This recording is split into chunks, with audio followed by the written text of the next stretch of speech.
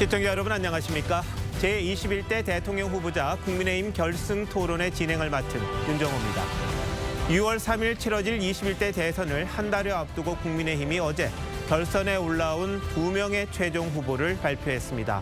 오늘 저희 TV조선에선 결승에 오른 후보 2분을 모시고 90분간 열띤 토론을 진행할 예정인데요. 국민 여러분께서 어떤 분이 국민의힘 대통령 후보가 될지 더 적합한지 판단하시는데 도움이 됐으면 하는 바람입니다. 먼저 국민의힘 대선 경선 최종 결승에 오른 두 후보를 영상으로 만나보시겠습니다. 이 또한 내일의 위대한 대한민국을 만들기 위한 기회입니다. 민생 경제를 반드시 살리겠습니다. 자유 대한민국을 다시 위대하게 일으켜 세우겠습니다.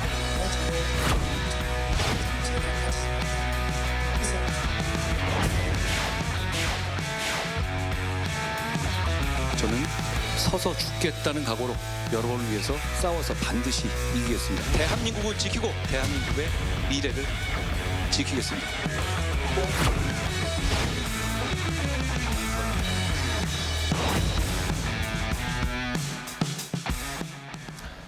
네, 본격적인 토론에 앞서 두 후보의 발언 순서와 좌석 배치는 국민의힘 측에서 사전 결정한 바에 따랐습니다. 효율적인 토론을 위해서 발언 시간 엄수해 주시면 감사하겠고요. 주어진 시간이 초과하는 경우 발언을 중단시킬 수도 있고 마이크가 꺼질 수도 있습니다. 종료 10초 전부터는 카운트다운도 함께 하도록 하겠습니다. 자, 첫 번째 코너 소개해드립니다.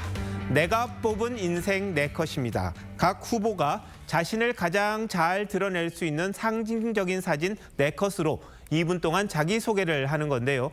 먼저 김문수 후보부터 직접 뽑은 인생 내 컷 소개해 주시기 바랍니다. 네, 우선 첫 번째 사진은 제가 공장 다닐 때 사진입니다. 머리가 장발이죠.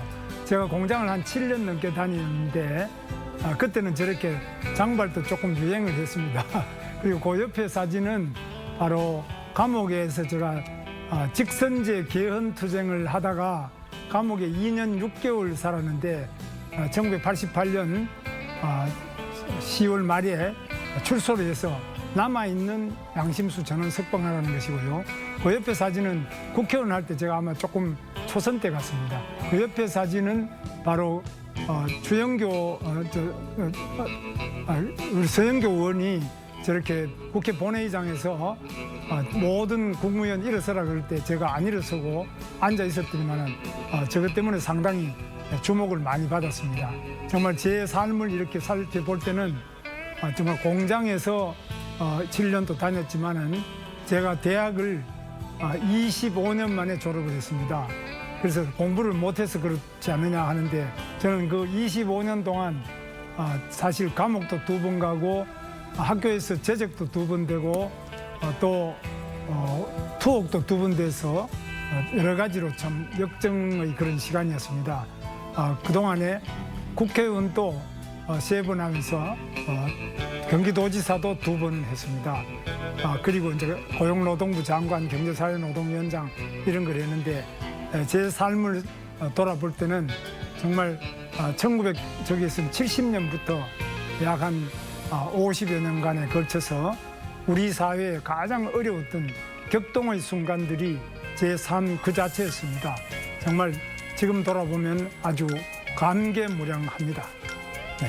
네, 김문수 후보님 인생 전체가 사진 4컷으로 좀 파노라마식으로 진행이 된 것 같습니다. 자, 이번에는 한동훈 후보 차례입니다. 역시 2분 동안 같은 방식으로 한 후보가 뽑은 인생 4컷 소개해 주시면 되겠습니다. 시작하시죠. 안녕하세요, 한동훈입니다. 먼저 저 사진은 제가 봐도 좀 패션이 부담스럽긴 한데요. 제가 조국 사태 수사에 관여해서 문재인 정권으로부터 압수수색 2번의 좌천을 4번 당하는 공격을 받았습니다. 그 과정에서 저는 여러 가지 회유도 받았는데 끝까지 싸우겠다는 마음을 가지고 싸웠습니다. 저 장면은 22년 1월에 유시민 전 장관이 저를 향해서 음해하고 공격하는 허위 사실을 유포한 것에 대해서 제가 증인으로 출석해서 유시민 전 장관과 함께 이 마이크 앞에 서서 서로 국민을 설득했던 장면이었습니다. 결기를 가지고 제가 저 때부터 싸웠던 것 같습니다. 다음 사진은 제가 법무부 장관으로 임명된 날 바로 검수완박이라는 민주당이 자기들 범죄를 가리기 위한 그런 술책을 부렸습니다. 제가 그날 이건 야반도주다라고 일갈하면서 민주당과 싸우기 시작했고요. 그 다음부터 법무부 장관을 하면서 1대 180으로 민주당과 결연히 맞섰던 적이 있습니다. 다음은 지난 총선의 마지막 유세 장면입니다. 최선을 다했습니다. 당시 마지막 날에 제가 16군데 일정을 수행했었는데요. 저 때 제가 국민 여러분, 저를 지키려 하지 마십시오. 제가 국민을 지키게 해주십시오라고 말씀드렸던 것 같습니다. 제가 계엄 이후 당대표직에서 물러날 때도 마지막에 그 말씀을 드렸던 것 같습니다. 마지막은 바로 어제 4월 29일입니다.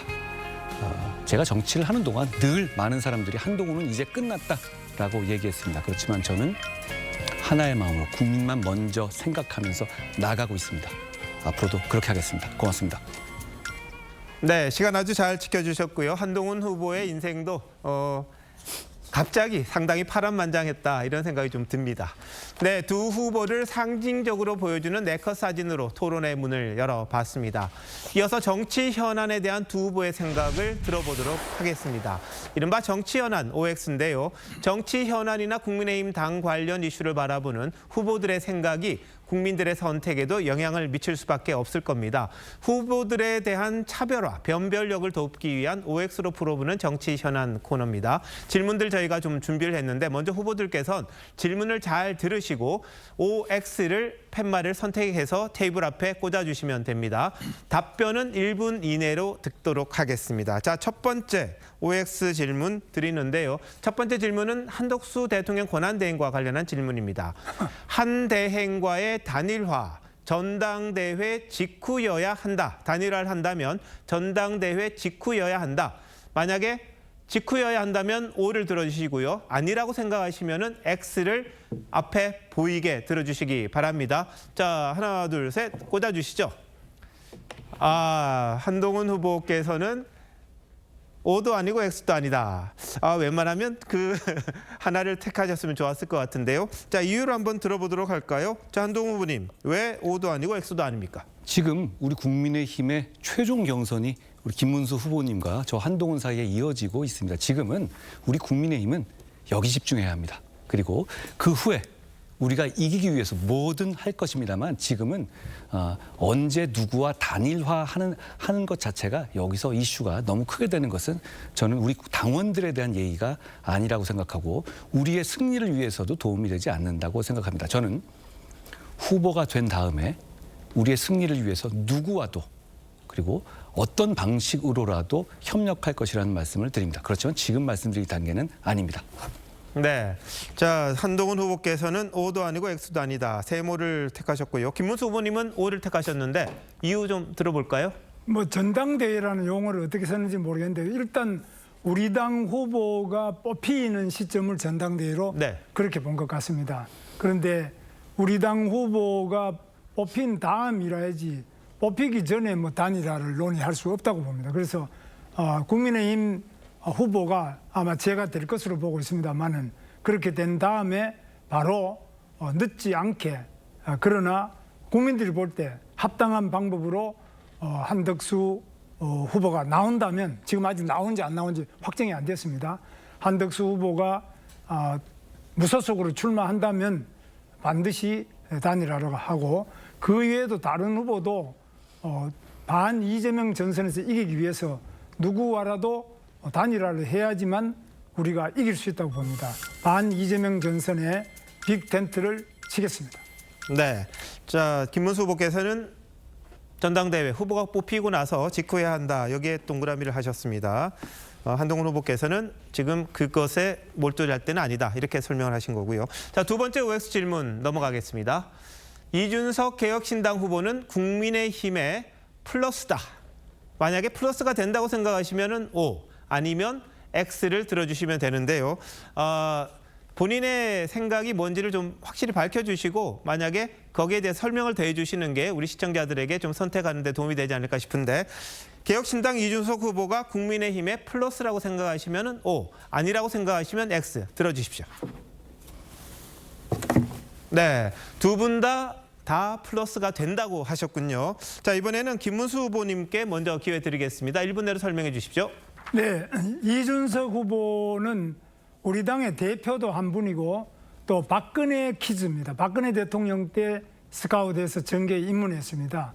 뭐 여러 가지 우여곡절을 거쳐서 지금 밖에 나가서 다른 당을 만들어 있습니다만은 그러나 우리가 이재명 민주당 독재를 막기 위해서는 반드시 모두 힘을 합쳐가지고 빅 텐트를 쳐야 되는데 이 빅 텐트에는 뭐 어떤 제한이 없다. 우리가 어떻게 하든지 간에 모든 후보들이 모두 힘을 합쳐서 하나가 되어서 반드시 이재명 민주당 일당 독재 막아낼 수 있도록 힘을 합쳐야 되기 때문에 그럴 경우에는 이준석 후보가 국민의힘의 플러스가 될 수 있다고 생각합니다. 네, 한동훈 후보님 선택한 이유 말씀해 주시죠. 1분입니다.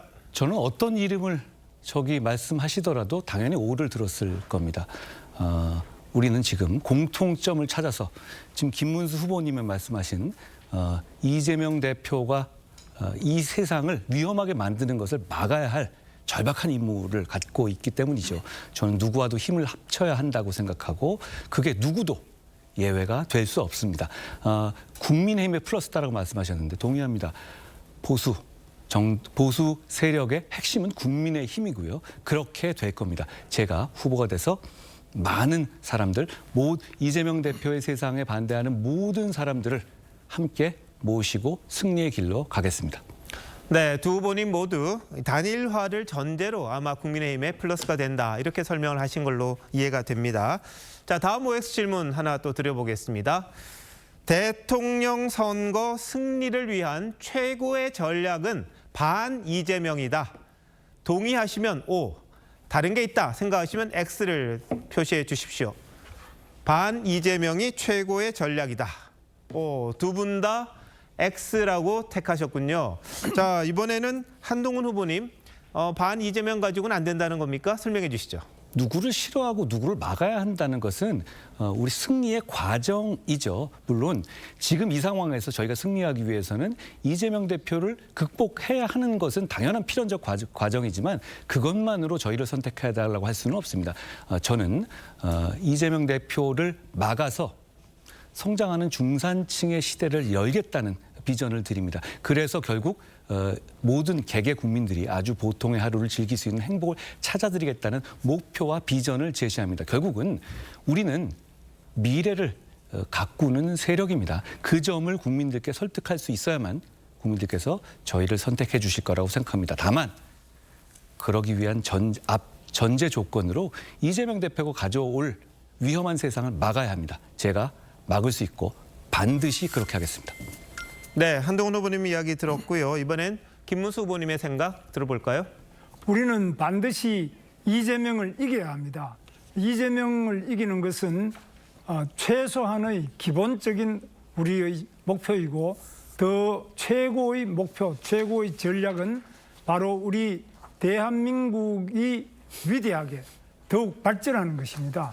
그리고 우리 대한민국이 위대하게 발전하기 위해서는 바로 국민들이 모두 뭉치고 단결해야 됩니다. 통합해서 우리 국민들이 행복해지는 것이 우리의 최고 전략입니다. 이 대한민국을 위대하게, 국민을 행복하게, 그리고 이 모든 우리 국민들을 하나로 통합해서 위대한 대한민국을 만들어 나가는 것이 우리의 최고 전략인데 이것을 위해서 이 김문수가 사회 통합의 경험, 그리고 국가 발전의 경험, 국민 행복을 이끌었던 경험을 최고로 쏟아부어서 반드시 실현하겠습니다.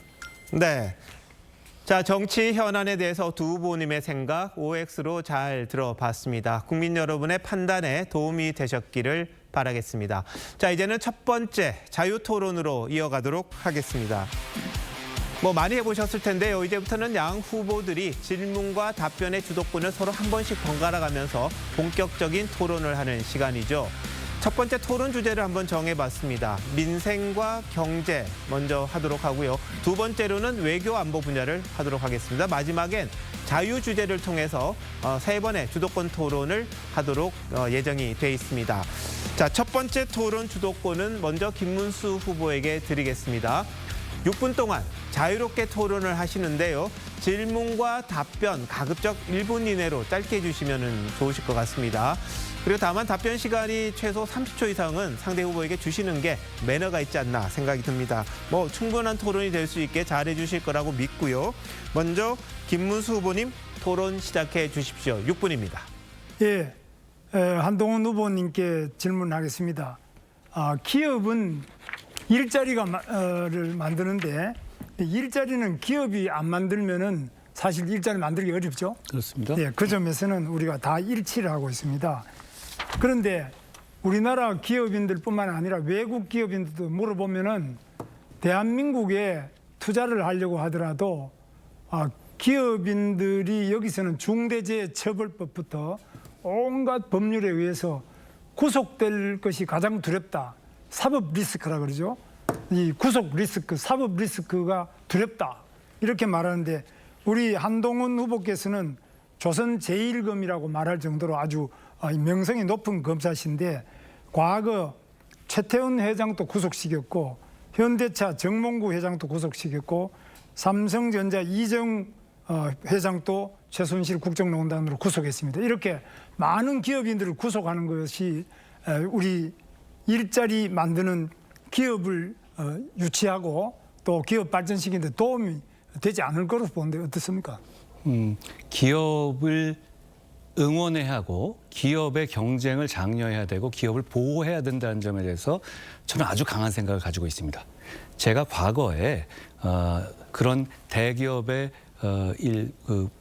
부당 거래 같은 그런 문제를 수사하고 유죄 판결을 받아냈던 것은 결국은 그 룰을 지키는 것을 대외적으로 보여주는 것이 대한민국에 대한 예측 가능성, 신뢰의 위기를 넘겨주기 때문이었습니다. 저는 네. 오히려 기업이 잘 되기 위해서 그 정도 수사했던 좀 것이고 다만 제가 30초. 수사했던 그 이후에 네. 그 기업들의 제가 주가가 아마 대단히 올라갔었다라는 말씀을 예, 드립니다. 30초 이렇게 하고 또 그렇게 되는 거죠. 예, 주도를 하시면 되고요. 적절하게 말씀을 나누시면 예. 될 것 저는 같습니다. 그래서 이제 하는 질문을 안 하나요?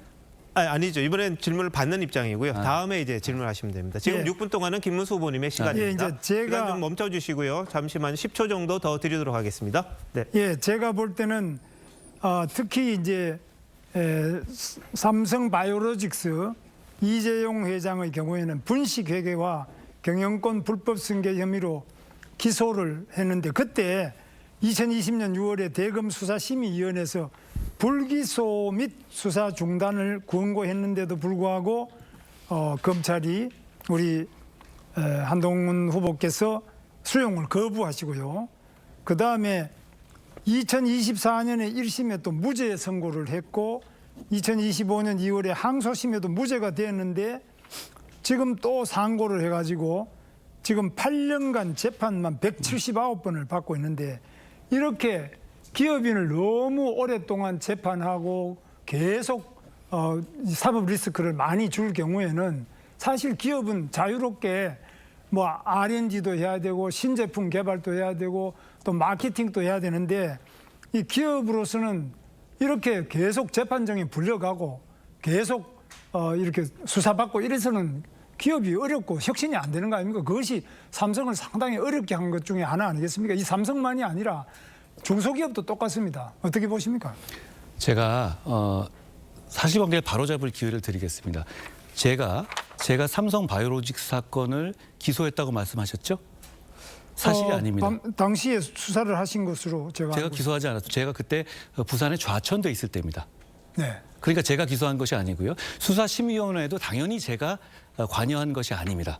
먼저 사실과 다른 얘기를 저한테 하신 것에 대해서 좀 바로잡아 주셔야 되겠습니다. 제가 기소 당시에는 3차장 검사를 물러났지만은 그러나 이 사건을 수사할 때는 계셨지 않습니까? 3차장 검사가 수사 안 합니까? 수사가 진행되는 거에 제가 수사가 진행되는 일부 과정에 제가 그 개통에 있었던 건 맞지만 기소 결정을 제가 관여한 것이 없었고요. 그러니까 그리고 기소- 말씀하실 때 저한테 기소된 부분을 제가 잠시만요. 말씀하실 때 취소를 이렇게 하겠습니다. 말씀하셨죠. 또 하나 이것도 취소해 주십시오. 제가 수사심의위원회에서 뭘 거부했다고 말씀하셨죠? 수사심의위원회에서 불기소를 권고했는데 이게 제가 좌천돼 있을 때입니다. 네. 제가 관여한 것도 아니죠. 그것도 바로 잡아 주십시오. 초기에 이제 수사를 하셨는데 그건 제가 잘못 그러니까 표현했는데 뒷부분은 대부분 다 사실이 아닌 것이지 네. 않습니까? 저는 그렇게 이렇게 끼워 맞추시기 식으로 저한테 이렇게 말씀하시는 건 좀 잘못됐다고 생각하고요. 그렇습니다. 다만 정확하게 제가 그 점은 바로 잡아주신 거 고맙게 생각합니다. 네. 그렇지만 기업에 대해서 과도한 수사가 잘못된 것이다. 과도한 수사를 너무 오래 하면 안 된다. 그 말씀엔 저는 공감하고요. 그런 부분에 대해서 저도 김문수 후보님과 네. 뜻을 같이 한다는 말씀을 드리겠습니다. 제가 이제 조금 더 이야기해도 뭐 제가 이제 구체적으로 그 기소 당시에는 3차장 서울중앙지검 3차장에서 지금 법무연수원으로 좌천돼 있었다는 거 이것은 제가 아까 표현을 잘못했고요.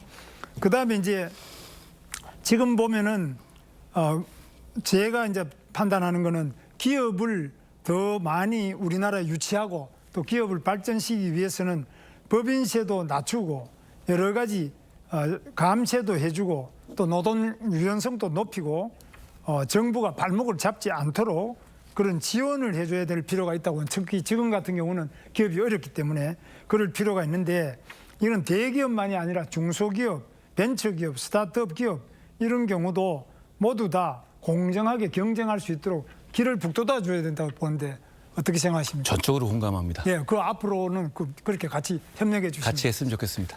뭐 한 10초 정도 더 드릴 텐데 하실 말씀 없으시면 여기서 끝낼까요?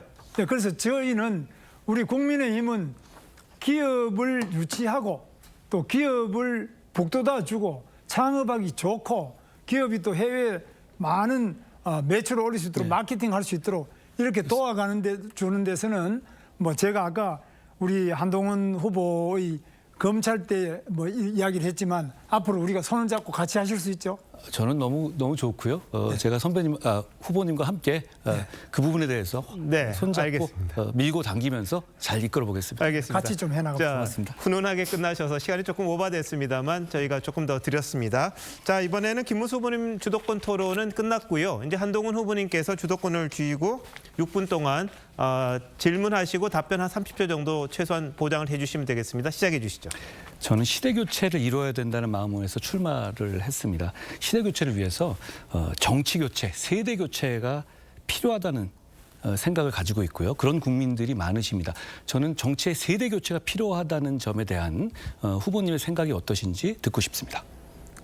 정치의 세대 교체. 회계조사요? 세대 교체요. 세대. 정치에 있어서 세대 교체가 필요하다는 국민들의 생각에 대한 의견을 듣고 싶습니다. 무슨 조치가 필요하다고? 그 세대 교체. 그 세대 교체를 말씀하시는데 세대 교체를. 이번 주제가 세대 교체는 뭐 많이 지금 되고 있죠. 예를 들면 저는 대표적으로 세대 교체 되신 분이 우리 한동훈 후보라고 생각하는데요. 굉장히 젊고 그 당시에 세대 교체 상징이었고 이준석 후보도 마찬가지였죠. 그런데 세대 교체를 해보니까 결론은 좀 여러 가지로 우리가 생각할 수 없었던 특이한 여러 가지 반응을 나타내셔가지고 국민들께서 실망도 하고 또 우리 당의 당원들 같은 경우는 아주 그 낙담을 많이 하고 계시는데 세대 교체는 필요하지만 그러나 그것이 제대로 돼야지 자체 검증이 안 된 상태에서 또 경험이 너무 없는 상태에서 정치를 하기에는 정치가 너무 어려운 거 아니냐 이렇게 보는 분도 많습니다. 예.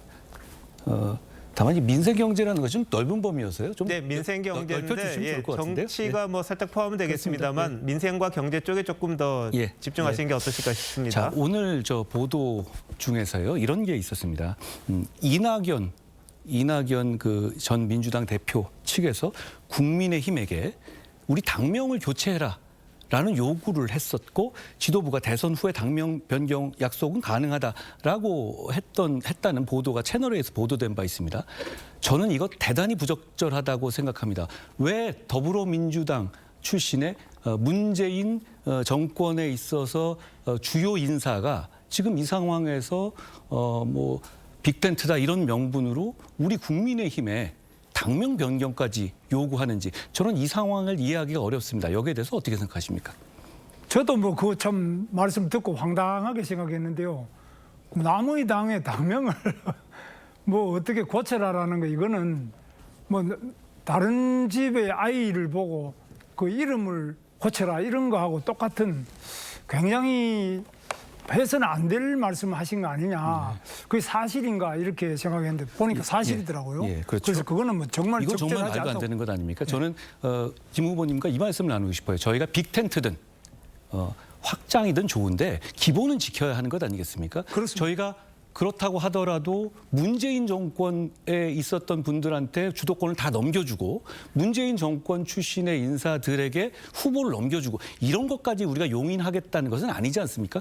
맞습니다. 저는 그런 점에서 뭐 아무리 우리 당이 지금 여러 가지로 많은 어려움이 있고 또 정치가 혼란하다 하더라도 최소한도 지켜야 될 기본은 그렇죠. 지켜야 되는데 그런 점에서 정말 잘못된 일로 보고 있습니다. 그렇습니다. 그 당 지휘부가 동교동계인 정대철 이 전 대표에게 한덕수 총리의 출마를 좀 설득해달라 이렇게 부탁했다는 얘기도 있었습니다. 저는 이것도 잘못됐다고 봅니다. 그것도 뭐 제가 볼 때는 말이 안 되는 일입니다.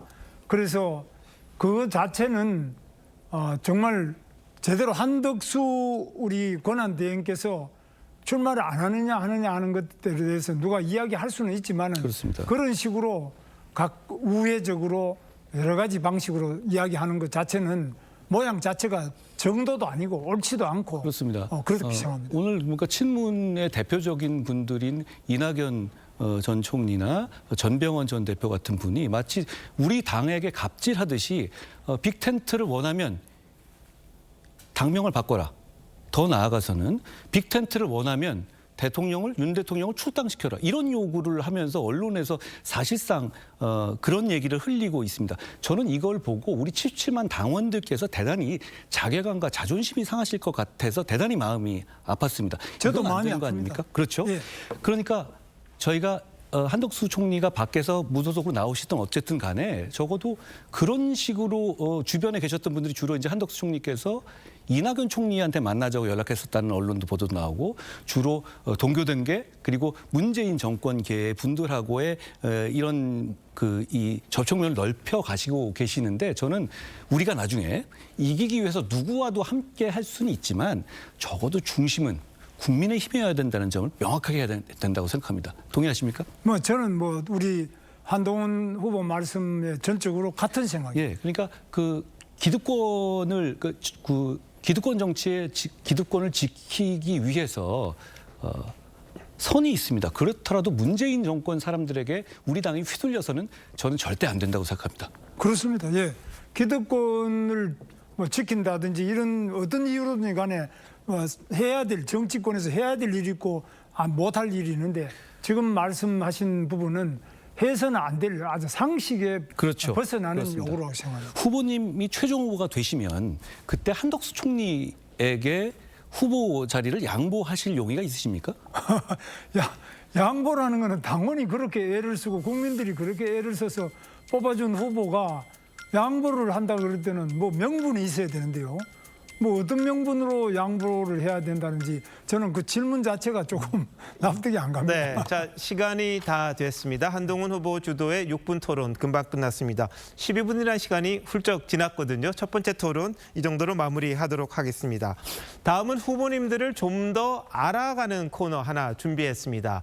TV조선이 새롭게 기획해본 코너 이름하여 AI야 나는 누구 코너입니다.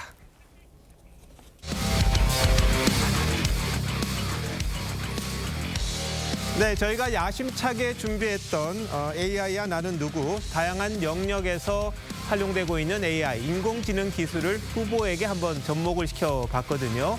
데이터를 기반으로 하는 AI의 분석을 통해 국민들께 후보를 더 잘 알 수 있는 기회를 제공하고자 기획해봤습니다. 두 후보는 한 나라를 이끌 대통령 후보에 지금 나오신 분들입니다. 어떻게 자신의 장점을 잘 드러내고 또 단점은 어떻게 극복해 나갈지가 중요한 부분이라고 할 수 있겠죠. 먼저 저희가 AI에게 한동훈 후보의 이미지가 어떤지 장점과 단점에 대한 분석을 맡겨봤습니다. AI야, 한동훈 후보의 장점과 단점은 뭐니? 한동훈 후보의 장단점이 궁금하시군요. 한동훈 후보의 장점은 강한 반부패 이미지, 논리적 화법, 젊은 보수층의 지지를 꼽을 수 있습니다. 반면 단점은 정치 경험 부족, 당내 기반 부족, 그리고 이것을 꼽을 수 있는데요. 이것은 무엇일까요? 네, 자, 이 장점은 다 말씀을 드렸어요. 근데 단점 하나를 저희가 숨겼습니다. AI가 한 후보님의 단점을 뭐라고 했는지 마지막 부분 추측되십니까? 워낙 많아서요. 단점이 너무 워낙 많아서요. 예. 자, 그럼 정답을 한번 볼까요? 정답 보여주시죠. 네. 엘리트 이미지의 거리감이라는 게 또 하나의 단점으로 지적이 됐습니다. 후보님 지금 AI가 본 장점, 단점 어떻게 들으셨는지 한번 설명해 주시기 바랍니다. 1분 정도 드리겠습니다. 장점은 황송하고요. 제가 뭐 그렇게 됐으면 좋겠습니다. 그러니까 아직은 너무 부족하기만 한데요. 단점들은 다 제가 수긍할 만한 얘기들입니다. 다 이건 근데 이런 면이 있습니다라고 말씀드릴 수 있지만 뭐 보시기에 그럴 수 있을 것 같아요. 제가 부족한 거 메꿔 나가겠습니다. 그런데 뭐 보이는 이미지하고 또 저하고는 다른 면이 있는데 제가 정치하는 과정에서 국민 여러분들께 겸손하고 설득력 있게 잘 보여드리고 설득하도록 하겠습니다. 당내 기반 부족이라는 거는 이렇게 봅니다. 저는 구태 정치를 청산하려는 정치 시작한 이후에 계속 해왔어요. 그 과정에서 계속 어려움을 겪었고 쫓겨나고 다시 살아오고 이걸 반복해왔죠. 그런데 이렇게 저에게 계속 기회가 주어지는 것은 제가 그래도 바른 길, 당원들이 원하는 길을 가고 있다는 것이라고 저는 믿고 싶습니다. 네, 자 시간 잘 맞춰주셨고요. 이번엔 김문수 후보 차례입니다. AI야, 김문수 후보의 장단점은 뭐니? 김문수 후보의 장단점이 궁금하시군요. 김문수 후보의 장점은 노동운동가 출신의 진정성, 정치와 행정가 경험, 청렴하고 소탈한 이미지를 꼽을 수 있습니다. 반면 단점은 논란이 된 발언들, 정치적 유연성 부족, 그리고 이것을 꼽을 수 있는데요. 이것은 무엇일까요? 네, 한 후보님과 마찬가지로 우리 김 후보님 하나 숨겨놨거든요. 어떤 게 후보님의 단점이라고 AI가 지적을 했을까요? 뭐 좀 고지식한 점이 아니겠나 하는데요. 예, 자 그럼 정답 바로 보여드리겠습니다. 확인해 보시죠. 극단적인 보수 이미지, 이게 또 단점으로 지적이 됐습니다. 후보님, 네. 장점과 단점에 대해서 어떤 생각이 드시는지 1분 정도 시간 드리겠습니다. 예, 뭐 저는 이 보수 이미지라고 하지만은 저야말로 공장에서만 8년 노조 운동도 하고 그래서 가장 소위 요즘에 말하는 진보 부분을 가장 많이 이해하고 있고요. 또 보수 부분도 제가 잘 이해하고 있습니다.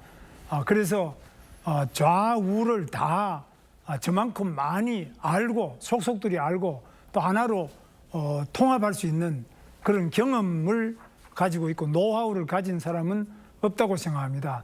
또 여러 가지 면에서 정치적으로 유연성이 부족하다고 표현하지만은 저는 경기도지사 할 때도 무상급식 문제라든지 다 다른 곳이 문제가 되는 것을 저는 아주 여야 간에 다 포용을 하고 대화를 통해서 문제를 원만하게 해결해서 한 번도 극단적인 충돌을 한 적이 없는 경험이 있습니다.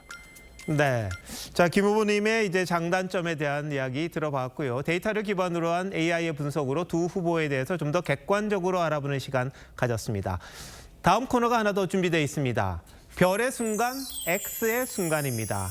두 후보에겐 정치인의 이 길에 들어서고 두각을 나타내고 치열한 당내 경선을 통해 최후의 2인에 오르기까지 많은 순간들이 있었을 겁니다. 이른바 별의 순간은 각 후보가 지나온 정치 인생 중에서 자신의 현재와 미래를 바꾼 최고의 순간을 의미하겠죠.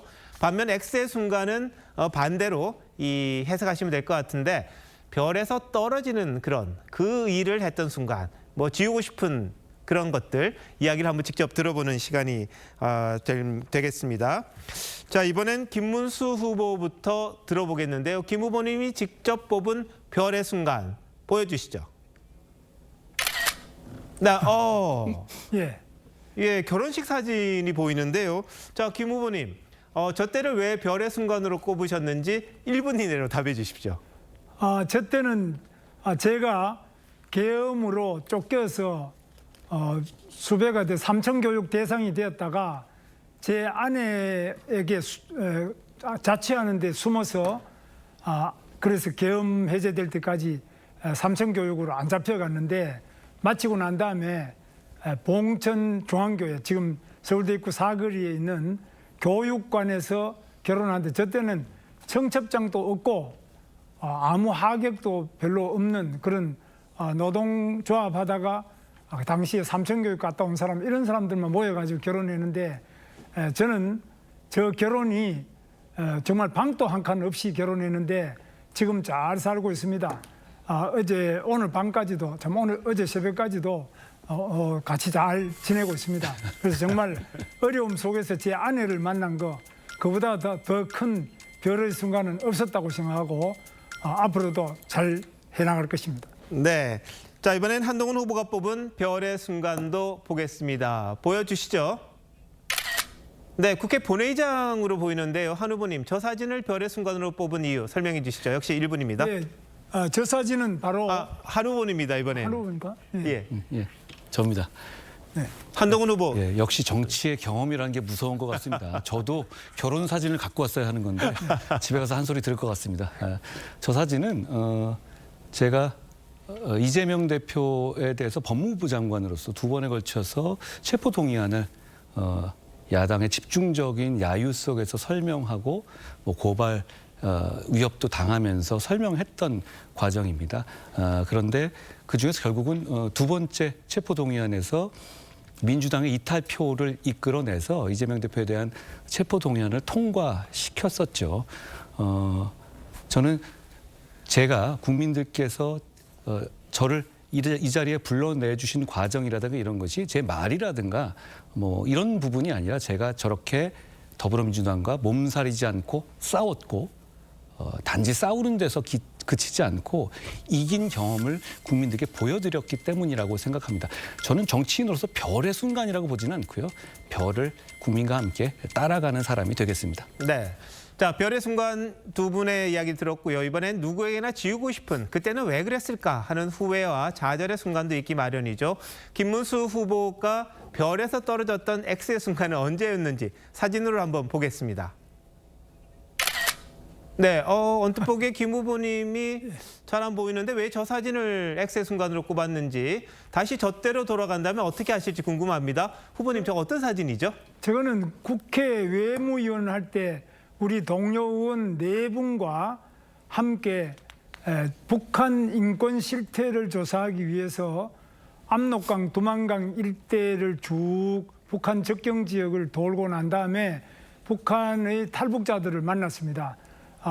탈북자들이 그 중국의 연길이라든지 이런 데 피난해 왔는 탈북자들 만나보고 그 결과를 가지고 중국에 탈북한 우리 북한 탈북자들을 북한으로 송환하지 말고 우리 대한민국으로 보내달라 이런 기자회견을 하려고 하는데 그 북경에서 호텔에서 기자회견 중에 저 중국 공안이 저 손가락질하는 중국 공안이 불을 꺼놓고 우리를 막 두들겨 패서 당시에 저와 같은 베일도 국회의원 또 다른 박승환 국회의원, 최병국 국회의원 4명이 깜깜한 암흑에서 많이 두들겨 맞던 장면입니다. 그러시군요. 자, 계속해서 한동훈 후보의 지우고 싶은 X의 순간은 언제였을까요? 한번 보여주시죠. 이거 예능 프로그램 최근에 하신 것 같은데요. 왜 이걸 X의 순간으로 뽑았는지, 당시 어떤 마음이었는지 여러 가지 궁금합니다. 1분 이내로 답변 부탁드립니다. 저는 지나간 거에 대해서 스트레스 많이 받는 편은 아니고 그런 거에서 좀 즐겁게 낙천적으로 사는 편이어서 딱히 이렇게 인생에서 지우고 싶지는 않습니다. 다 지나가면 되는 거죠. 그런데 제가 최근에 좀 재미있던 경험이어서 지우기 쉽다기보다는 한번 소개하려고 갖고 나와봤는데요. 저희 스태프들이 SNL 같은 데 나가면 넌 희화가 되니까 하면 안 된다고 많이 말렸었는데 잠깐 나갔다가 정성호 씨라는 그 개그맨이세요. 근데 저를 좀 이렇게 굉장히 희화해가지고 재밌게 표현하셨더라고요.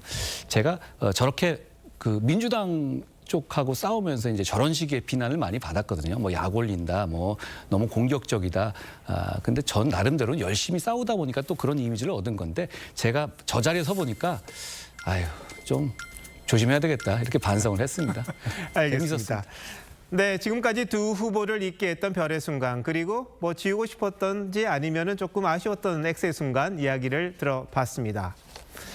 자, 계속해서 이번에는 두 번째 자유토론 이어가도록 하겠습니다. 주제가 있습니다. 외교 안보입니다. 아까 민생경제에서는 뭐 폭넓게 민생이라고 생각해서 정치 이야기까지 왔습니다만 이번에는 외교와 안보 쪽에 좀 집중해 주시면 좋겠고요. 두 후보 각각 한 번씩 질문과 답변 주도권 갖고 토론 진행합니다. 아까하고 똑같습니다. 자, 시간 잘 지켜주시리라고 생각하고요. 한동훈 후보님부터 이번 주도권 토론 시작하도록 하겠습니다. 6분 드리겠습니다. 시작해 주시죠. 예, 핵무장에 관한 질문을 한번 드리겠습니다. 2016년에는 김 후보님께서 당장 핵무장을 해야 한다 이렇게 말씀을 하셨더라고요. 그런데 최근 입장을 보면 핵무장은 맞지 않다라는 입장을 밝히셨습니다. 핵무장이 아닌 전략자산의 순환 배치를 주장하셨더라고요. 입장이 바뀌게 되신 이유가 뭔지를 한번 듣고 싶습니다. 핵무장을 그냥 할 때는 입장이 바뀐 거 맞고요.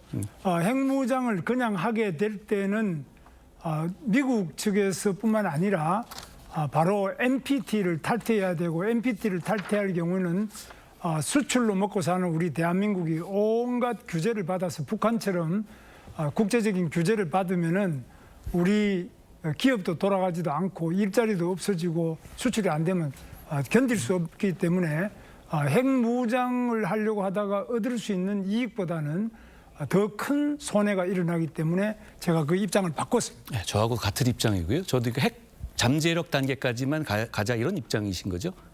그렇습니다. 네, 농축 재처리 기술까지만 확보하자 이런 생각이신 것 같은데요. 그렇습니다. 그렇죠? 그것도 하고 저는 뭐 다른 또 입장인데 이따 또 하나 이제 말씀하신 것 중에서 핵 추진 잠수함을 말씀하셨던 것 같아요. 저도 같은 생각이거든요. 근데 핵 추진 잠수함은 사실 그건 기본적으로 미국이 허용해야 합니다. 그 기술적인 면에서.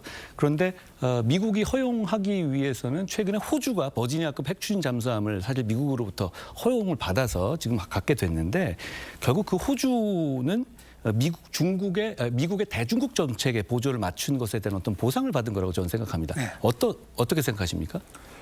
핵 추진 잠수함은 제가 주장을 하는데요.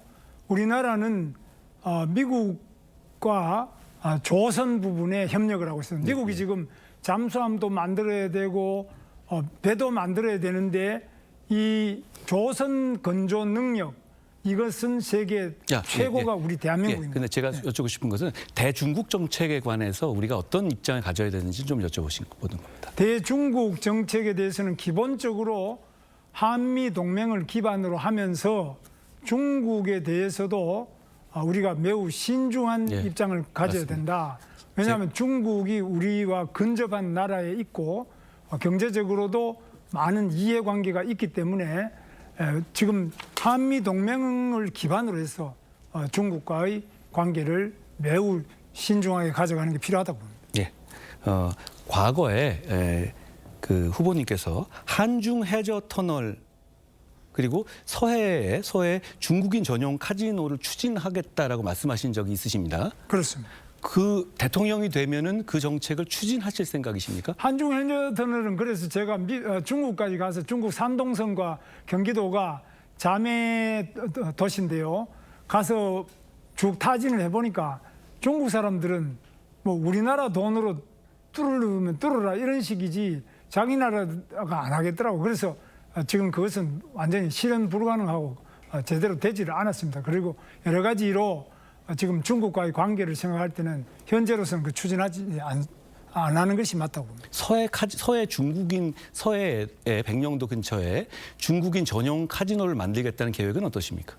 중국인들의 카지노는 뭐 꼭 중국인만 한다기보다는 외국인들의 카지노는 서해 섬 안에 외국인 전용 카지노를 만드는 것은 지금 또 검토를 해봐야 된다고 보고, 이것은 싱가포르 카지노가 많이 있습니다. 그래서 싱가포르가 지금 7만 달러 이상으로 가게 된 데는 카지노를 하는데, 이 카지노는 관리가 굉장히 어렵습니다. 국내인이 거기에 많이 들어간다든지 도덕적 해이가 있을 수 있기 때문에 카지노 관리를 잘 하면서 서해 섬에 중국인이나 외국인 전용 카지노는 만들 필요가 있다고 봅니다. 후보님, 그런데 그때 중국인 전용 카지노를 말씀하실 때 그게 중국인 전용 카지노를 만들면 북한에서 폭격을 안 할 거다.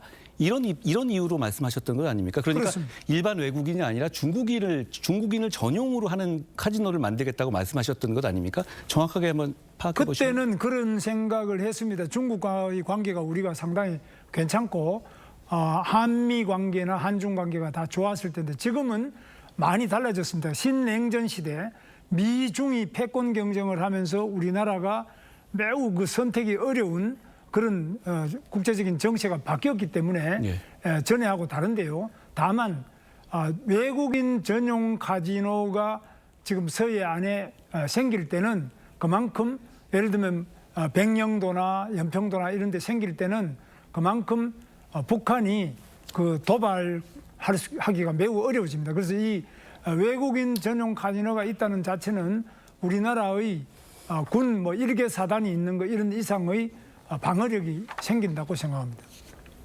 그러니까 당시에는 중국인 전용 카지노를 말씀하신 것이지만 지금은 대통령이 되시면 어쨌든 같이 그때 말씀하셨던 중국인이든 외국인이든 전용 카지노를 서해안에 설치하겠다, 이런 생각이시네요. 섬에다가. 예. 섬에다가요? 서해 섬에다가. 예. 예. 네, 지금 20초 남았습니다. 자, 국민연금에 대해서 가상자산 투자를 허용해야 한다고 말씀하신 적 있으시죠? 그렇습니다. 예. 국민연금이요. 국민연금이 가상자산에 투자할 수 있다. 그렇게 고쳐 나가는 것이 맞다는 겁니다. 근데 네, 자, 아쉽지만 시간이 끝났고요. 다음에 한 번 더 기회를 드리도록 하겠습니다. 자, 육군 주도권 토론 지났고요. 김문수 후보님이 이제 주도권을 가지시고 외교 안보와 관련된 이야기 해주시기 바랍니다. 육군 네, 저도 시작하시죠. 이 핵 문제가 지금 국민들 굉장히 관심이 많고, 또 일부는 또 핵에 대해서 상당한 정도로 어려운 점을 많이 느끼고, 실제로 북한이 핵 자체를 전술핵을 가지고 있다고 일단 보고 있습니다. 그래서 이런 부분을 어떻게 대처할 것이냐 하는데, 우리 한동훈 후보께서는 저하고 핵 문제에 대해서는 생각이 많이 비슷하더라고요. 그럴 것 같습니다. 그런데 전술핵 재배치는 반대한다고 하셨어요. 예. 그러면은 반대하시면은 미국과도 이 전술핵 문제에 대해서는 논의하실 계획은 없으십니까? 대통령이 되시더라도. 핵 문제는 무엇은 절대 안 된다는 것은 없습니다. 다만 전술핵이라는 것은 지상 고정 배치를 말하는 것이잖아요. 그랬을 때는 그 지역이 북한의 선제 공격의 대상이 될 수 있고, 어느 지역을 선택하는 과정에서 큰 갈등이 일어날 겁니다. 우리가 과거에 사드를 성주에 배치하는 것만으로도 엄청난 갈등을 겪지 않았습니까? 저는 그 과정에서 전술핵 지상 고정 배치보다는 전략 자산의 순환 배치 방식은 고려할 만하다고 생각합니다. 전략 자산을 핵추진 잠수함이라든가 이런 방식으로 이동하면서 이 한 곳을 고정하지 않는 방식으로 배치하는 방향에 대해서는 논의할 수 있다고 생각해요. 다만 중요한 것은 결국 핵 잠재력의 확보 단계, 그러니까 이 농축 재처리 기술을 확보해서 언제든지 몇 개월 내에 핵무기까지 가질 수 있는 그 단계까지만 이루어 놓는 것이 현실적으로 핵 억지력이 가장 크다라고 생각합니다. 막상 핵을 직접 보유하고 무기를 가졌을 제가 경우에는 또 조금 하고 그렇게 하시다. 죄송합니다. 제 생각에는 저는 뭐 우리나라의 육상에 예를 들면은 평택의 미군 기지라든지 동두천이든지 이런 우리나라 육상에다가 미국 전술핵을 배치하는 것은 많은 반대 때문에 부작용이 더 클 것으로 보고 있습니다. 그러나 제가 판단할 때는 미국의 전술핵을 만약 미국 국토인 괌에다가 배치를 해서 그 괌에 핵을 배치하는 이유는 북한의 핵에 대응하기 위한 것이다라고 한미 간에 합의를 하고 같이 선언을 하면서 괌에 미국의 전술핵을 배치해서 유사시에 지금 북한까지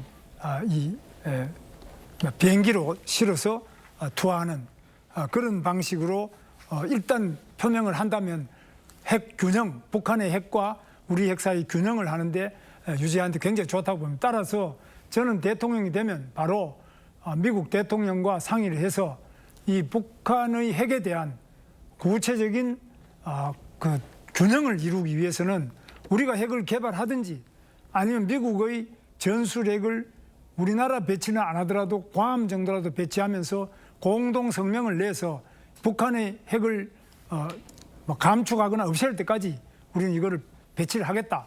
이렇게 이야기하고 두 번째는 또 핵 추진 잠수함을 미국과 공동으로 만들어서 거기에 소형 원자로를 핵 추진 잠수함에 또 충분히 배치를 시켜서 전술핵도 같이 핵 추진 잠수함에 실어서 한반도 주변에 계속적으로 부정기적으로 순항을 하면서 북한 핵의 핵 균형을 맞춰야 된다고 봅니다. 어떻게 보십니까? 일단 SMR을 가지고 핵 추진 잠수함을 우리가 지금 확보하겠다는 게 목표이잖아요. 그렇습니다. 그러면 우리 잠수함에 핵을 탑재하겠다는 말씀이신가요? 일단은 미국과 지금 조선 부분에 필라델피아에도 우리 하나오션하고 같이 하지 않습니까? 미국의 필라델피아에도 또 지금 미국의 해군 기지가 있는데 이 해군 조선소 같은 게 있는데 이게 상당히 낙후돼 있고 중국에 비해서 너무 미국이 이 선박 건조 능력이란 잠수함 건조 능력이 부족해요. 그래서 우리나라는 잠수함 부분이라든지 조선 부분에서 중국을 월등 능가하는 그 설계 능력이라 또 조선 능력이 있기 때문에 우리 미국과 우리 한국의 조선이 서로 힘을 합쳐서 미국의 잠수함 추진 핵 추진 잠수함을 더 많이 늘리고 또 미국의 해군 선박도 더 우리 한국 기술과 우리 한국의 조선 능력으로 많이 만들어서 중국의 대비해서도 미국이 이 균형을 군사적 균형을 이루고 또 북한 핵에 대해서도 군사적 균형을 이루는 것이 필요하다. 여기에 대해서 어떻게 보십니까? 다시 한번 여쭤보겠습니다. 그러면 제가 이해를 못했는데요. 핵 추진 잠수함을 필요하다는 생각이 저희가 공유하고 있지 않습니까? 네. 그런데 우리의 핵 추진 잠수함에 핵무기를 탑재하겠다는 생각이신 건가요? 그것은 이제 미국과 양해가 된다면 그렇게 할 수 있다고 보는데 지금 앞으로 우리 한미 간에 특히 잠수함을 공동 건조하는 데 협력한다. 조선 부분에도 협력한다. SMR 부분에서도 서로 협력한다. 여러 부분에서 한미 간의 협력을 더욱 증진시켜서 이렇게 노력할 필요가 있다는 겁니다. 후보님, 근데 제 말씀처럼 우리의 핵 추진 잠수함에 핵 무기를 탑재하는 거는 우리의 핵무장입니다. 그거는 그 후보님이 말씀하신 핵무장을 안 하겠다. 그러니까 제 말씀은 뭐냐면 뭐 미국이 운용하는 건 미국의 문제잖아요. 사실 미국에게 어떻게 핵 운용을 하라고 얘기할 수는 없지만 저는 기본적으로 우리가 핵무장을 하는 것은 아직까지는 아니라라고 그 오류를 좀 지적해드리고 싶습니다. 자, 시간이 다 돼서요. 이걸로 마무리를 하도록 하겠습니다. 두 번째 토론 시간도 순식간에 끝났습니다. 아주 진지하게 핵무장과 관련된 이야기들이 오갔습니다. 계속해서 두 후보의 청년 정책에 대해 알아보고 청년들과 직접 소통할 수 있는 청심을 잡아라 이어가겠습니다. 과거 청년층이 정치에 무관심했던 적이 있습니다. 뭐 그렇게 여겨졌던 때가 있었죠. 이제는 청년 세대가 선거의 승패를 좌우할 변수가 됐다는 분석까지 나올 정도로 아주 중요한 세대가 됐습니다.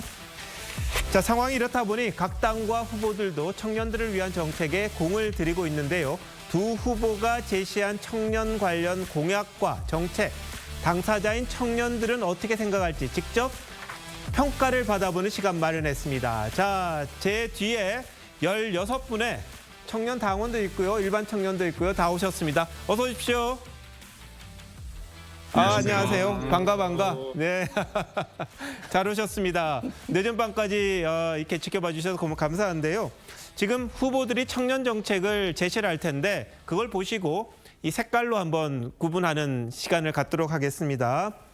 자, 먼저 청년들의 관심이 높은 두 개의 의제를 저희가 선정을 했습니다. 첫 번째는 청심을 잡을 주택 정책입니다. 공정한 평가를 위해서 어느 후보의 정책인지 미리 알려드리지 않습니다. 오로지 정책으로 승부하자는 그런 취지입니다. 먼저 빨간 카드에 적힌 모 후보의 정책 보시죠. 청년 LTV 규제 완화입니다. 이 취등록세 면제를 하겠다는 그런 내용이고요.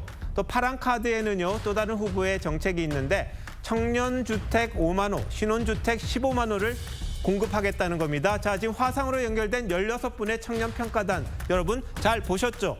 자, 빨간색이 좋을까요? 파란색이 좋을까요? 들어주실래요? 하나, 둘, 셋.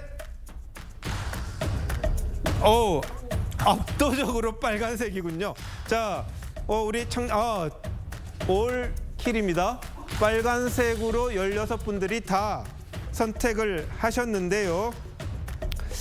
자, 이게 빨간색 후보 누구 건가요? 보여주시죠. 네, 한동훈 후보의 정책이었습니다. 자, 한 후보님, 청년 LTV 규제 완화, 취득등록세 면제가 이 한 후보의 정책이신데, 자, 1분 동안 한번 설명을 해주시죠. 김 후보님 정책도 제가 보니까 굉장히 좋은 정책이었다는 점 먼저 말씀드립니다. LTV 규제는 저는 청년 정책에 대해서 대단히 구체적으로 드려야 한다고 생각해요. 결국은 돈이죠. 처음 청년들이 주택을 구입할 때 일반 기성세대들과 똑같이 LTV 규제를 받게 되면 그 시장에서 절대 기성세대를 이길 수가 없습니다. 아마 자산 축적의 기각이 다르기 때문이죠. 그래서 저는 청년들에게는 LTV 규제를 없애주겠습니다. 그리고 취등록세도 면제해주겠습니다. 그런데 그걸 처음 집을 구할 때만 하는 것이 아니라 청년 기간 내내 집을 살 때 전부 그렇게 하겠습니다. 그래야 청년들의 기초 자산 형성에 조금이나마 도움이 될 거라고 생각합니다. 저는 청년들에게 기성세대로서 항상 미안한 마음을 가지고 청년을 우선한 정책을 하고 싶습니다. 그 정책을 하게 여러분이 도와주십시오. 네, 자, 이번에는 김문수 후보께서 이야기하신 청년주택 5만 호, 신혼주택 15만 호 공급. 이게 아마 이게 짧게 이야기를 하니까 이 청년 평가단들이 직관적으로 답하는 게 있을 겁니다. 그래서 김 후보님에게도 청년 주택 정책에 대한 설명할 수 있는 기회 1분 드리겠습니다. 예, 청년 여러분들께서 아마 제가 충분하게 홍보를 잘 못해가지고 이해가 아직 잘 안 되시는 부분이 있겠습니다만은 저는 청년주택 5만 호, 또 신혼주택 15만 호를 만들겠습니다. 그리고 특히 청년 신혼 육아하는 부부를 위해서 매년 20만 호 공급을 하겠습니다. 대학가 하숙촌에서 아주 하숙비가 비싼데 여기에 현대식 주거 시설을 만들 수 있도록 하는데 여러 가지 용적률이나 또 건폐율을 높여가지고 규제를 풀어서 우리 청년들에게 값싸게 좋은 주택을 공급하겠습니다. 그리고 유정복 인천시장이 지금 시험에서 성공한 천원주택, 하루에 1,000원, 한 달에 3만 원만 내면은 얼마든지 편리한 주택을 이용할 수 있도록 하는 이 천원주택도 확대하겠습니다. 네, 김 후보님의 이 청년 주택 정책 자세히 들어봤습니다. 자, 두 번째, 청심을 잡을 젊은 층들을 위한 정책, 이번엔 결혼과 육아입니다. 다 잘 들어주세요. 우리 청년 평가단 여러분 잘 들어주시고요. 먼저 빨간 카드에 적힌 모 후보의 정책, 영세 아동 1대1 보육을 실현하겠다. 이런 내용이 적혀 있네요. 자, 파란 카드에는요, 다른 후보의 정책이 들어있는데 0세부터 초등학생까지 돌봄 국가 책임제를 하겠다. 이 내용입니다. 빨간 정책, 파란 정책, 청년 선택자 여러분 다 보셨죠? 뭐가 더 좋은지 하나, 둘, 셋 들어주십시오. 이번엔 조금 헷갈리네요. 자, 이번에는 그래도 파란색이 더 많은 것 같습니다. 전체적으로 그렇죠? 파란색이 9개로 더 많습니다. 자, 파란판에 적힌 정책이 0세에서 초등학생까지인데요. 누구의 정책일까요? 파란색 한번 보여주실까요? 역시 또 한동훈 후보님께 조금 더 많이 나왔네요. 자, 이번에는 그래도 한동훈 후보가 많이 받으셨으니까 먼저 설명하시고 김문수 후보님도 설명해 주시기 바랍니다. 네. 예, 저는 우리나라가 아이만 원하고 부모는 원하지 않는 나라로 가고 있다고 생각합니다. 부모 입장에서 아이와 좋은 시간 보내고 아이를 키우는데 부담이 없어야 합니다. 그게 즐거워야 합니다. 제 정책 목표는 그겁니다.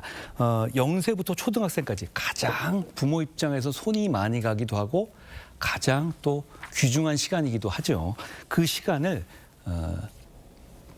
그 경력을 단절하지 않고 부모로서 아이와 함께 지낼 수 있도록 돌봄 교육을 기본적으로 국가가 책임지게 하겠습니다. 늘봄 학교의 전학년 확대하고 대기 인원 제로를 달성할 겁니다. 그리고 아침과 방학에 점심을 지원할 겁니다. 그리고 늘봄 바우처로 월 10만 원을 지원할 것이고 유보 통합을 현장 안착하겠습니다. 그냥 타가소처럼 무조건 국가에 맡기는 게 아니라 필요할 때 국가를 활용하고 기본적으로 부모가 아이와 즐거운 시간, 소중한 시간을 보낼 수 있는 나라를 만들겠습니다. 네, 자, 한 후보님 설명하셨고요. 김 후보님도 이번에는 또 호감 갖는 청년들이 있었습니다. 자, 한번 설명해 주시죠.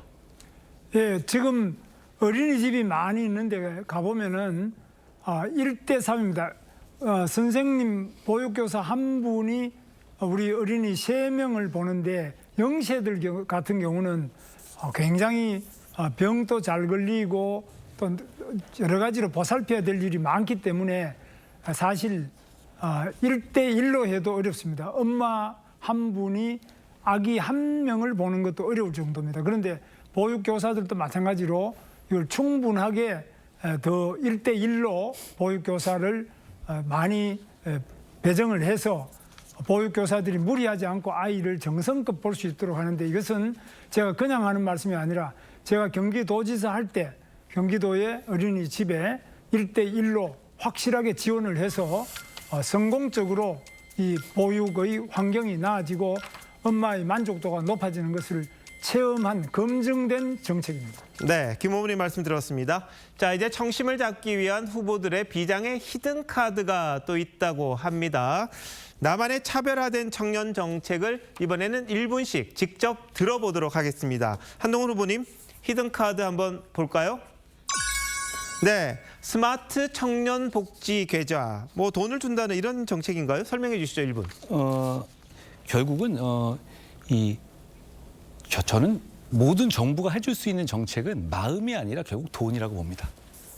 여러 가지 정책으로 청년들을 지원할 것인데요. 스마트 청년 복지 계좌를 통해서 여러 가지 혜택을 부여할 생각입니다.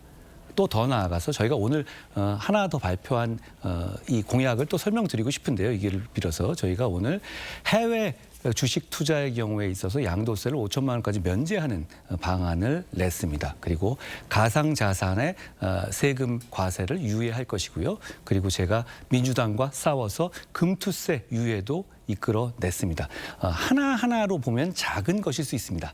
그렇지만 결국 청년이 기성세대와 경쟁에서 밀리지 않을 영역에 대해서는 어떻게든 과세나 그 금전적 지원을 아끼지 않을 겁니다. 그걸 점점 더 찾고 더 발굴하고 더 소개하겠습니다.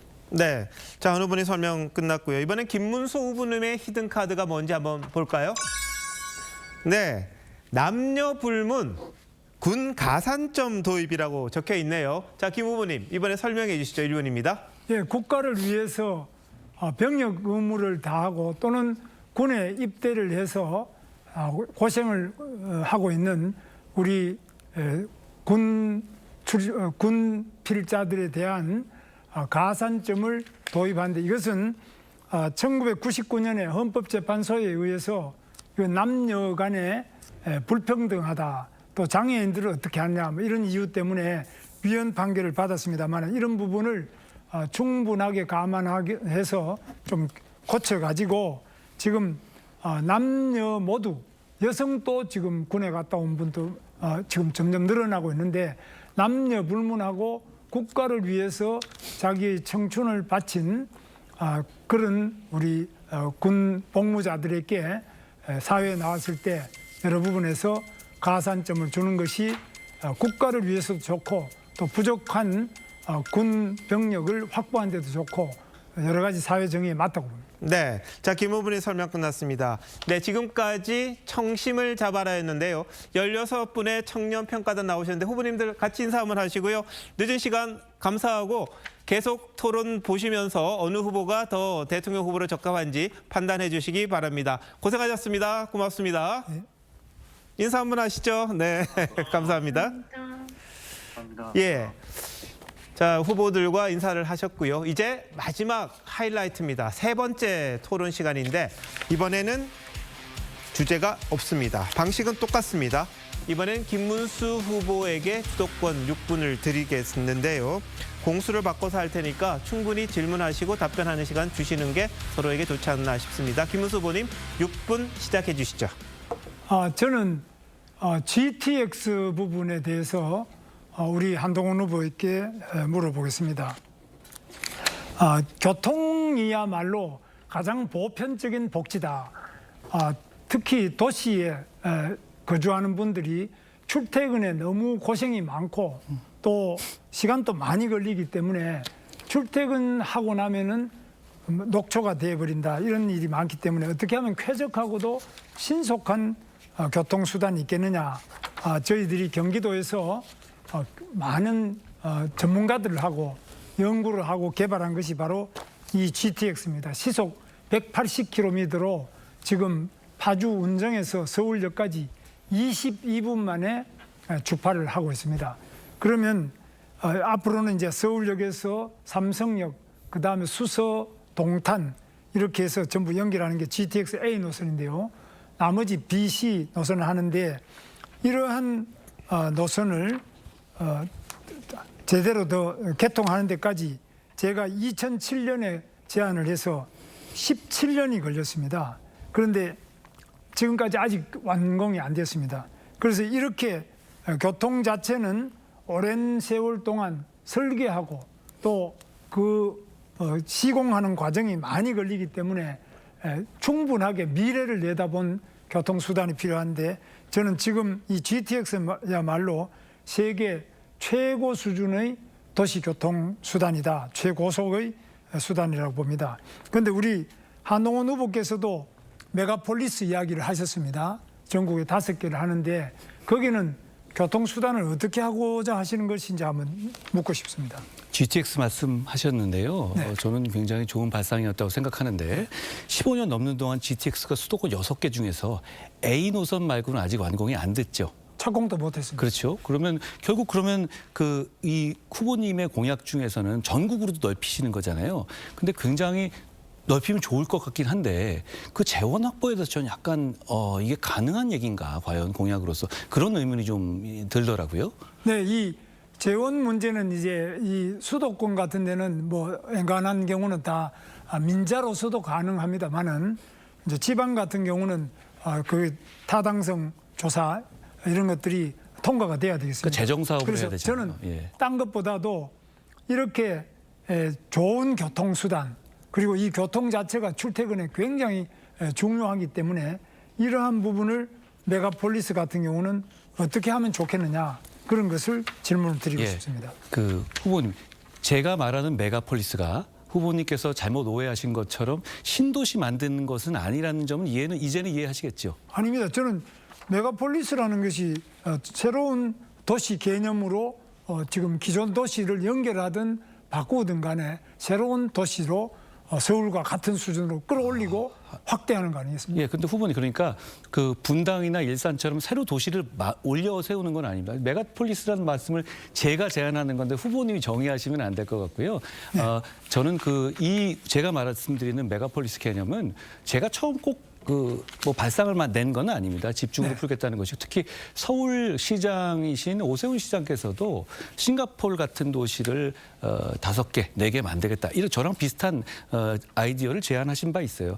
기존에 있는 도시의 교통망을 넓혀야 합니다. 그리고 그건 교통망을 넓혀서 그 도시를 발전시키겠다는 게 아니라 그 도시의 산업과 주거를 집중시켜서 자연히 그 수요를 늘리는 방식으로 네. 자연스럽게 오히려 네. 후보님이 말씀하시는 이 GTX 같은 경우는 전국 5대 광역권 확대 공약 수도권 6개 노선도 안 되는 지금 어려운 상황인데 이걸 어떤 재정으로 하겠는지가 오히려 문제입니다. 제 메가폴리스 개념에서는 네. 메가폴리스 그럼 자체가 산업으로 집중되게 되면 제가 자연히 시간이 너무 짧아가지고 예. 그래서 제 생각에는 지금 일단은 도시계획이라는 거는 상당한 시간이 소요되는 겁니다. 그런데 지금 이제 우리 한동훈 후보께 제가 지적을 계속하는 것은 시간이 소요되는 것을 감안하지 않으면 공약이라는 것이 허구의 비일공짜가 돼버리는 겁니다. 그래서 일단 시간 개념을 제대로 반영하지 않은 모든 계획은 특히 임기가 제한되어 있는 경우에는 문제가 있다. 그래서 저는 그 계획이 나쁘다는 것이 아니라 이 임기 내에 또 더구나 우리 한동훈 후보님께서 임기를 3년만 하고 이걸 빼가버려서 2년 만에 해내겠다 그러니까 그런 부분은 아무래도 실현 가능하고 그것도 주민들이 볼 때도 믿을 수 있는 공약이어야지 안 되는 걸 말씀하시면 똑같은 답을 반복하시는데요. 네. 저는 그 메가폴리스로 지정한 다음에 메가폴리스로 계속 키워나가는 과정을 거칠 겁니다. 그리고 경기지사 때도 특정 지역의 규제 푸는 거 강하게 시도하셨죠. 네. 몇 년 내. 제가 하려는 게 그런 겁니다. 그렇게 규제를 풀면 어떻게 되죠? 산업이 집중될 수 있죠.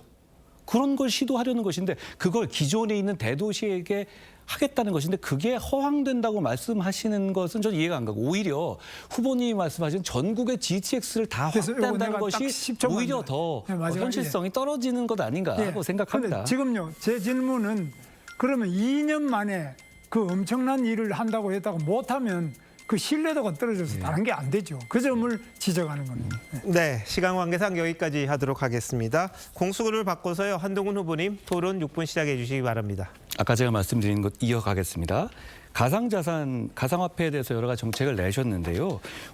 국민연금이 가상자산의 투자를 허용하겠다라고 말씀하셨습니다. 그게 맞습니까? 예, 그렇습니다. 예. 그런데 가상자산이라는 게 얼마나 변동성이 심한 것인데 네. 국민연금이라는 거는 정말로 이거는 그 보수적으로 지켜야 되는 거잖아요. 지금 지속 가능성도 중요하고 너무 큰 손해가 나서도 안 되고요. 그런데 가상자산이라는 거의 변동성을 감안할 때 국민연금이 가상자산에 직접 투자하게 하는 것의 위험성에 대해서는 어떻게 생각하십니까? 위험성이 상당히 있습니다. 그렇기 때문에 우리가 충분하게 그 안전장치를 해서 하는데 그렇게 국민연금이 미국이나 캐나다에서도 이 연기금을 코인에 투자를 하고 있습니다. 그래서 잠시만요. 미국도 지금 미국 전체가 아니고요. 미국의 몇 개 사학이라든가 이런 것에서 코인 투자를 하는 경우는 있는데 네. 미국의 전체 대부분의 경우에 디지털 화폐에다가 연기금을 투자하고 있지는 않습니다. 제가 그럼 바로 잡아드리고 싶은데요. 네, 그래서 미국이나 캐나다에서도 지금 이미 하고 있고요. 아주 일부가 하고 있습니다. 네, 일부가 하더라도 대단히 위험하기 때문이죠. 예, 일부러 하더라도 하고 있고 트럼프 대통령도 그걸 하겠다고 다 이야기를 했고요. 우리나라에서도 이 가상자산에 대해서 투자 전문가들을 참여시켜가지고 이 전문가들과 적정한 수준으로 협의를 해서 제도를 마련해서 해야지 이 연금 수익률 자체를 높이고 또 안정성이 보장되는 범위 내에서 해야지 이걸 그냥 위험한 자산에 대해서 손해보자 이건 아닙니다. 국민연금이 투자할 때 그러면 국민연금 자산을 편입하지 않습니까? 네. 그럴 때 그러면 이 디지털 화폐를 직접 편입시키겠다는 말씀이신가요? 그렇습니다. 예, 지금 직접 투자를 하게 허용하시겠다는 건가요? 예, 그래서 가상자산이 아직까지는 우리 국내에서 이 부분이 제대로 안 되고 있는데 이 비트코인에 한해서는 지금 연기금 제가 공약을 냈습니다. 국민연금이나 여기에서 정부 기관 투자도 허용을 해서 전략 자산으로 비축토록 그렇게 저희가 공약을 냈습니다. 저는 기관 투자가 그러니까 기관 투자가 투자할 수 있게 하는 것이 이제 이 현물 ETF를 허용하는 것이잖아요. 그것까지는 제가 알겠는데 국민연금이 게다가 간접 투자도 아니고 직접 코인에 투자하게 하겠다? 저는 그건 다시 한번 생각해 보시죠. 지금 우리 직접 투자의 경우에 더더욱. 우리 후보님께서 우리 국민의힘의 가상자산 7대 공약 이거는 보셨는지 모르겠는데요. 우리 당에서 7대 공약이 있습니다. 국민연금에 투자한다고 나옵니까? 그것도 다 기업과 기관이 다 가상자산 그거는 거래를 ETF를 얘기하는 것이지 국민연금을 말하는 건 아니죠. 국민연금이 거기에 포함되진 않을 겁니다. 기업과 기관에 다 들어가죠. 그래서 아니요, 그렇지 않습니다. 그렇습니다. 예. 그래서 1거래소 1은행 체계도 폐지하고 1거래소 1은행 체제 폐지하는 건 당연한 것이고요. 그게 예, 무슨 그다음에- 의미인지 이해하시죠? 그다음에 예. 왜냐하면 그것과 직접 연계해서는 그거는 맞는 말인데 국민연금이 직접 코인을 투자하겠다고 하는 것과 거기서 말하는 기관이 투자하겠다고 하는 건 다른 이야기입니다. 그 기관 투자는 아마 현물 ETF를 통한 투자를 말하는 걸 거예요. 현물 ETF를 허용하게 되면 기관 투자를 허용하게 되는 것이죠. 왜냐하면 ETF는 이미 개인은 직접 투자가 가능하기 때문에 기관 입장에서 현물 ETF를 허용하게 되면 기관 투자가 가능하게 되는 것인데 다만 후보님이 말씀하신 것처럼 국민연금이 직접 그 위험한 코인에 직접 투자한다? 그건 완전히 다른 이야기입니다. 그 지금 이렇게 돼서 우리 당의 공약 자체가 기업 기관의 가상자산 거래를 제도화해서 기업과 기관 투자가들의 가상자산 거래가 약 연내에 한 3,500개가 이 시장 참여를 ETF를 허용하면 그렇게 되는 거예요. 그런데 그것과 그 기관 국민연금이 투자하겠다는 거하고 다른 개념입니다. 조금 잘못 이해하고 계시는 것 같고요. 그리고 5인 미만 사업장 근기법 적용 주장을 하고 계시죠. 네. 저는 이거 제고하셔야 된다고 생각하는 것이 우리나라가 5인 미만 사업체 수가 540만 개고 전체 사업체의 86%에 이릅니다.